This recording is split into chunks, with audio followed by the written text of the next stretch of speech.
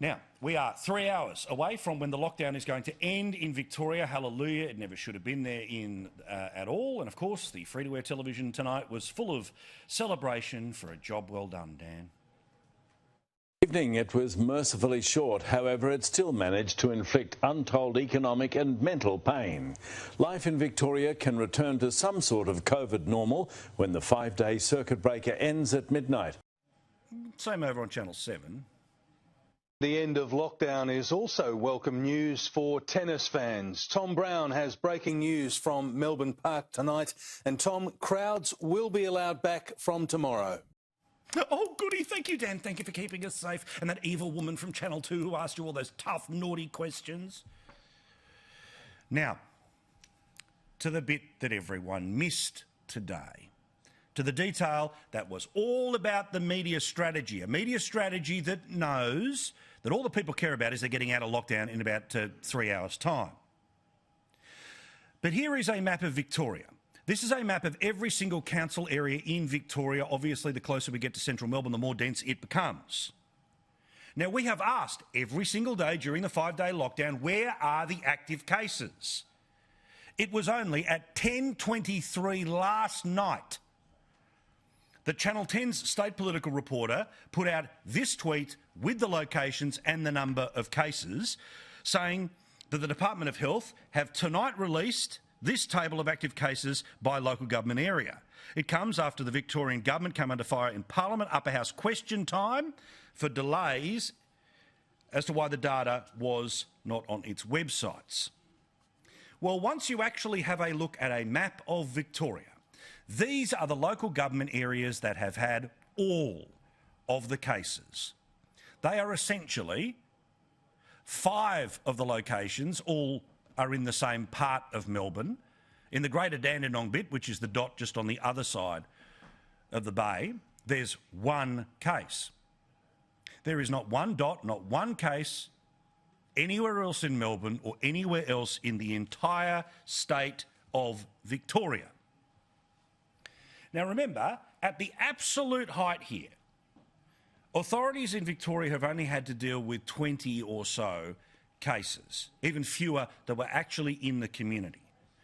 And as you know by now, every one of these are either people with direct connections to hotel quarantine or direct connections to the people who had the direct connection in hotel quarantine. There was no example of the Radelaide strain of somebody touching a pizza box and needing to shut the town down.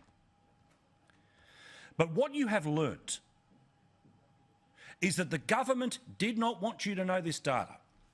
They didn't want you to know this data because it would not have helped their case in having the lockdown in regional Victoria. It completely undermines it. It undermines it for most of Melbourne.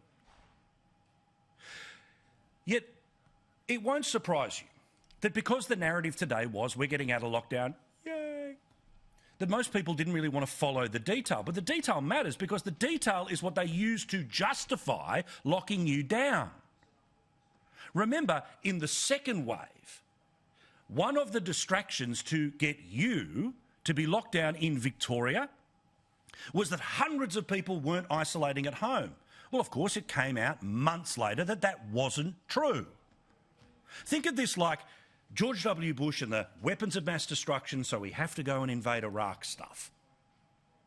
If government action is built on a lie, or when the lie starts to become obvious, they pretend they never said the lie, this stuff matters.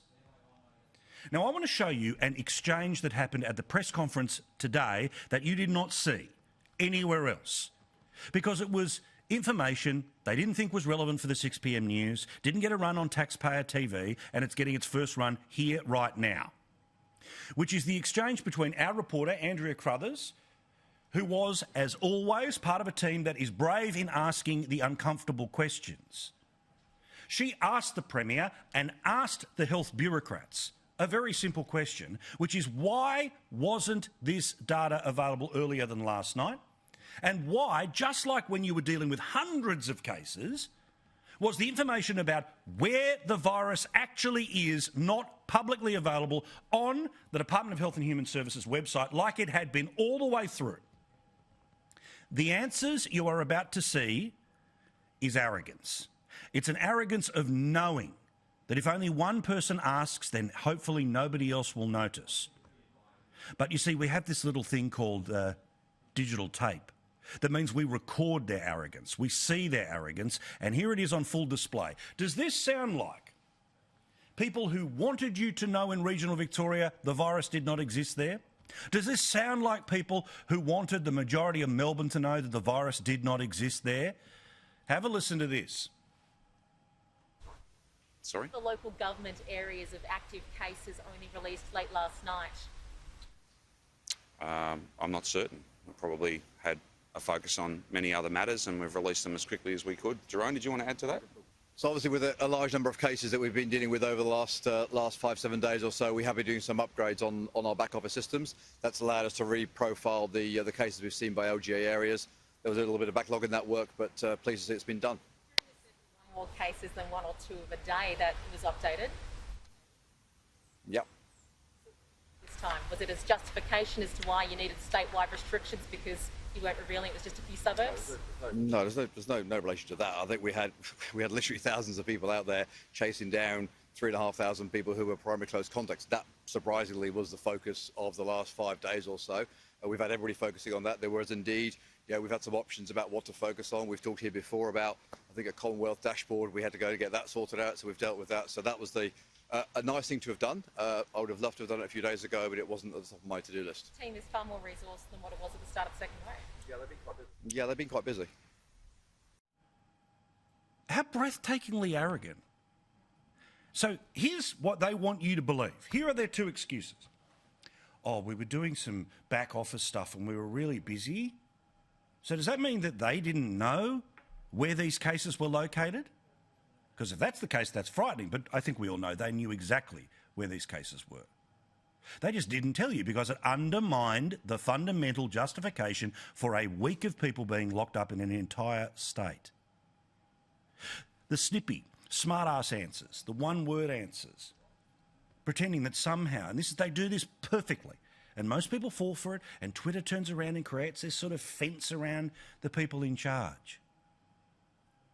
But this stuff is really important because the whole thing of these daily press conferences is a pantomime, pretending that we're sharing information with you. But when there's far fewer cases than even moderately busy days during the second wave, it's no one's job in the Department of Health to update their website. It's no one's job to put it in the daily media release that was exactly the same process that took place every day during the last pandemic.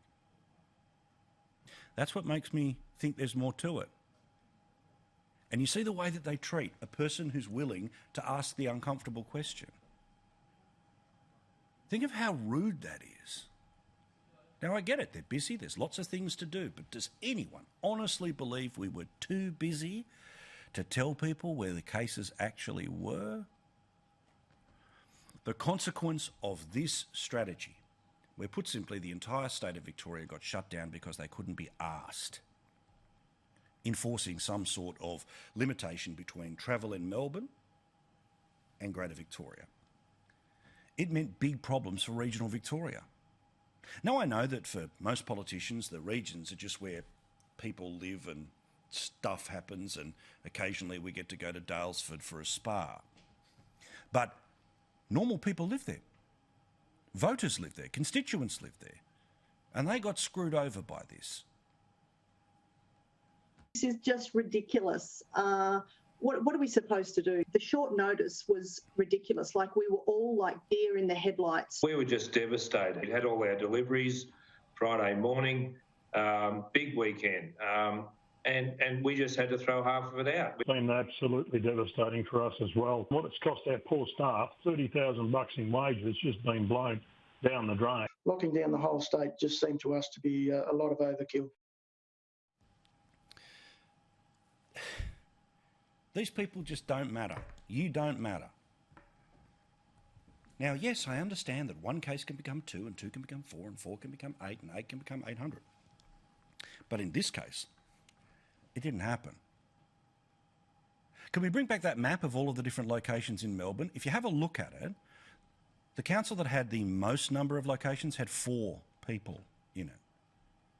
So they could have locked down that council, or the one next to it, or the one next to it, or the one next to it. Just like what happened in the northern beaches of Sydney when Avalon was its problem. That's what you can do. If you're going to go for lockdown, you can go very local.